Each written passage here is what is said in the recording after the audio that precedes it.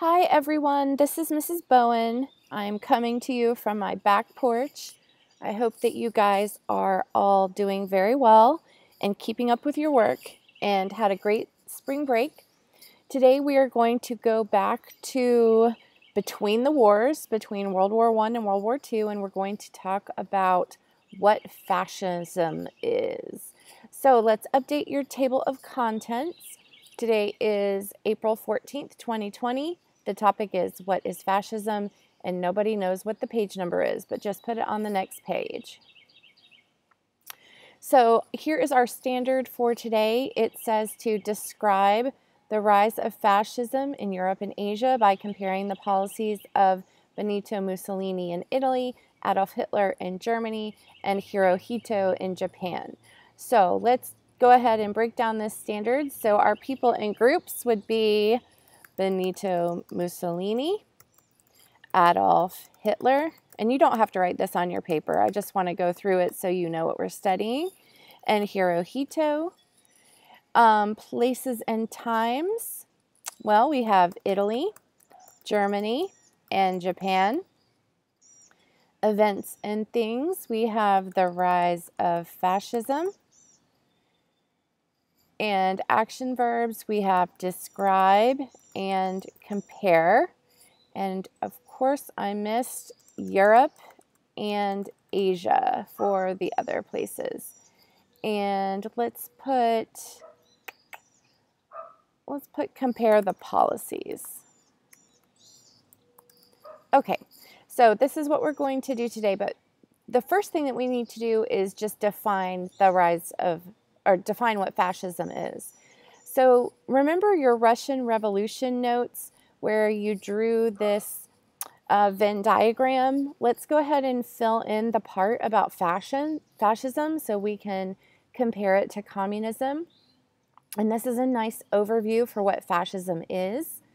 So number one, it is a government-directed private enterprise, and I'll explain what that means in just 1 minute. Fascism is a civic religion. It is extreme nationalism. We've talked about nationalism, so you guys should know what that is. Private property is enforced. Our examples are going to be Hitler and Mussolini, and we could add Hirohito to that as well. There is a very strict class structure. In Germany, they were trying to make a master race. We'll talk about that in a minute. The individual is meaningless, so the state is more important than the individual. This is just interesting that Hitler is not German. He is actually Austrian. Concentration camps are going to be a result of fascism. Hitler was anti-Semitic, which means he did not like Jewish people. And Hitler is going to kill 30 million people. Whereas, remember, Stalin killed 40 million people. All right, so then in the middle of your Venn diagram, let's put the things that are the same. They have a one-party system of government, both fascism and communism. There's no democracy and no freedom. There is violence, and there is a secret police that goes around trying to make everybody conform to these ideas of fascism and communism. And there are prison and death camps to put those people who are not with you, the people that are rising up against fascism or communism. Okay, if you need more time to fill this out, just pause the video and go ahead and do that. All right, the next page that we're on today, I need you to make your page look like this, and we'll have the definition of fascism. We'll have characteristics of fascism, which will include cultural, economic, political, and social. So go ahead and pause it and make your page look like this. So the first thing we need is a definition of fascism. It is a political movement that promotes an extreme form of nationalism. This is where leaders will appeal to people's desire to return to an older and better time, an earlier golden age. And it also includes having everyone be the same. Remember, nationalism is a nation, and the nation is a group of people who have very similar characteristics or cultural characteristics. So in this extreme form of nationalism, they are going to want to exclude or get rid of anyone who is not like them. There are no individual rights. Basically, it is the government, it is the state over the individual. And we'll talk about that a little more in a minute. And there is a dictator, and there is one-party rule. So you do not have a choice. You can't go vote between two candidates. You only have one candidate, and that's all there is. Okay? So that's our definition of fascism. Then in the next box below that, go ahead and write this under characteristics of fascism, that the state is more important than the individual. Sorry, I'm trying to make this fit, and it doesn't want to. There we go. The state is more important than the individual. So Germany, for example, and its leader Hitler at the time is more important or greater than the individual person. So individual rights are not important. What is important is the success of the state, the power of the state. So individuals do not matter under fascism, which we will see in the next few characteristics. Okay, so the first characteristic of fascism is censorship. So this definition is to examine books or movies or letters in order to remove things that are considered to be offensive, immoral, or harmful to society. So under fascism, censorship means you are controlling the newspapers, because they only had newspapers at the time, what they could print, what they could say. They could not say things that are actually happening. They had to say things that glorify the state and make the government look better. So censorship means that there is not a lot of freedom going on, because when there's censorship of the press, people don't know what's really happening. The next one is indoctrination, and this is to teach someone to fully accept the ideas, opinions, and beliefs of a particular group, and to not consider other ideas, opinions, or beliefs. And this here is a picture of the Hitler Youth. So in Germany, under Hitler, during fascism, they would train the children at a very young age to believe what they wanted them to believe. Basically, that Germans were a master race and that they should be able to rule everyone else, and that anyone who was not German was lesser, and they needed to be either removed or killed. Next, we have propaganda, and propaganda is ideas or statements that are often false or exaggerated, that are spread in order to help a cause or a political leader or a government. So you would have posters created. It would probably be printed in the newspapers as well. Things that glorify the leader of the nation, and things that make you think a certain way, but it's not necessarily true.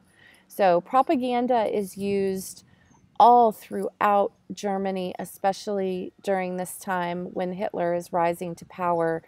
And it's basically just another form of indoctrination to make people believe things that aren't really true. And then we have a secret police, and this is a police force that's working in secret against a government's political opponents. In Germany, you have the SS, which is Hitler's special group of forces who would go around and find people who they thought was in opposition to Hitler's power and Hitler's rule, or if they weren't conforming enough to the expectations of the government, and they would simply round you up and take you off to a work camp or who knows where. You may never be heard from again. And remember that Stalin also had his own secret police, and that he would round up people who were his political opponents. Okay, economic. This may be the most difficult concept to understand, but I'm going to try and do my best to make you understand it. So you need to write down that under economic that the state or the state corporation controlled the economy. Okay, so basically what this means is the state overtakes any companies, any corporations, and it merges with those corporations, and then it determines what is going to be made. So a government official may go into a t-shirt factory, and they'll go in and they'll say, this is how many t-shirts you need to make, or you need to stop making t-shirts and start making guns. I mean, they have like complete influence over what is being created within a society. So I made a little pyramid here so you could see how the economy works. So you have the state at the top who's controlling everything, and then the employers or the bosses may have some control, but the workers really don't have any kind of control. And there's a quote by Mussolini that says fascism should more appropriately be called corporatism because it's a merger of the state and corporate power. So it's basically all of the corrupt government using the corporate influence to be able to achieve their goals. So it's not communism because the state isn't taking over and telling people everything that they need to do, but they are using the businesses and corporations as a tool to effectively communicate and dictate their desires and what they want to accomplish for a country. So there's not a lot of choice within the fascist economic system, but individuals still own the factors of production. But here, the factors of production, the things that you're using to make things, are being made because you want to build the nation, but it's decided by the government. So anything that is not of value to the nation, to help the nation, is going to be terminated. So you may have food shortages because maybe weapons are more important or other things are more important to the value of the nation. So again, remember that the individual is less than the state.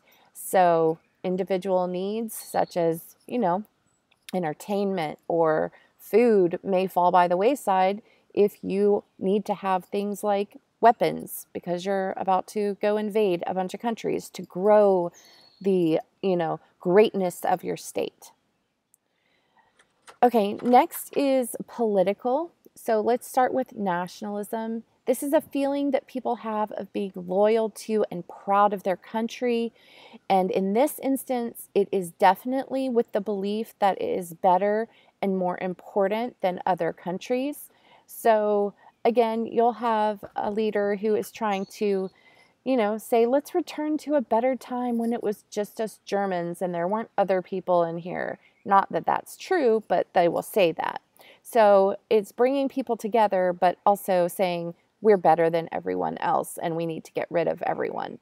So you can see how these nationalist feelings would lead to racism because you're going to have the poor treatment or violence against people because of their race.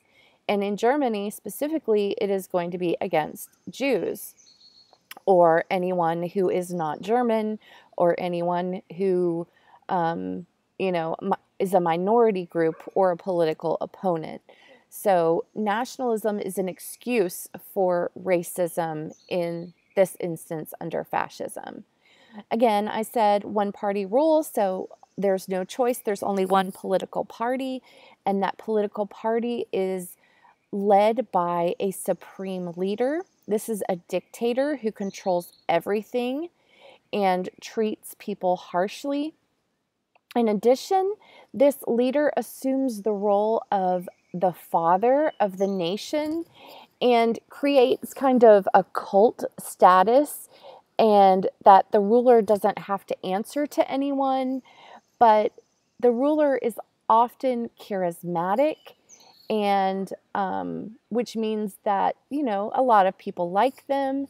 With Hitler, when he gave speeches, he was very forceful and shook his fist. Like you can see in this picture here, he would shake his fist around and just be very dramatic, but the people liked it. So the leader will also claim that the people, as manifested by the state, can achieve anything. And if they don't achieve what they want to, it's because of minority groups or people who are going against them. So you can see how this is a very restrictive environment to be in, where you have to, like the supreme leader, you have to do what, you know, he says and what the government says, or you're going to be in a lot of trouble. It's really a terrifying situation to be in. And, you know, a lot of people in Germany are just going to do what they have to do to survive. Not necessarily that they believe all of this, but a lot of people do believe all of this. All right, finally, this is going to go through every social class. So under social, put that it's supported by the middle class, business owners, and the military. So each social class has a role to play in society. They are all in it. So this basically means that every person has to kind of buy in to the whole vision that the supreme leader has for transforming society. And they do. It still supports private property. You can still hold private property, but the government's going to come in and kind of tell you what you need to do with that private property. But we'll go into this a little bit tomorrow, but the middle class and the business owners fall in behind Hitler because the economy is so terrible. I know you guys have probably learned about the Great Depression sometime during your education, and the Great Depression affects everyone around the world after World War I, and Germany is going to be hit very hard. Remember how we all wanted to, you guys had the discussion and you wanted to punish Germany, and some of you didn't want to punish Germany, but Germany has a lot of money to pay back and they're in debt. And then they have the depression hit where the value of money goes down. So the middle class and business owners specifically are going to support this charismatic leader who promises to restore the glory of Germany before World War I. So you can see how they would want to support him in making their society better and getting their economy back on track. Because if you don't have an economy that's on track, you're not eating, you're not surviving, you're not living. Okay, so that's all I have for today for the characteristics of fascism. I'm going to have you take a picture of your notes and upload it to the What is Fascism notes assignment. If you have any questions, just send me a reminder or an email. I hope you guys have a fantastic day. Go outside. It is beautiful. See you later.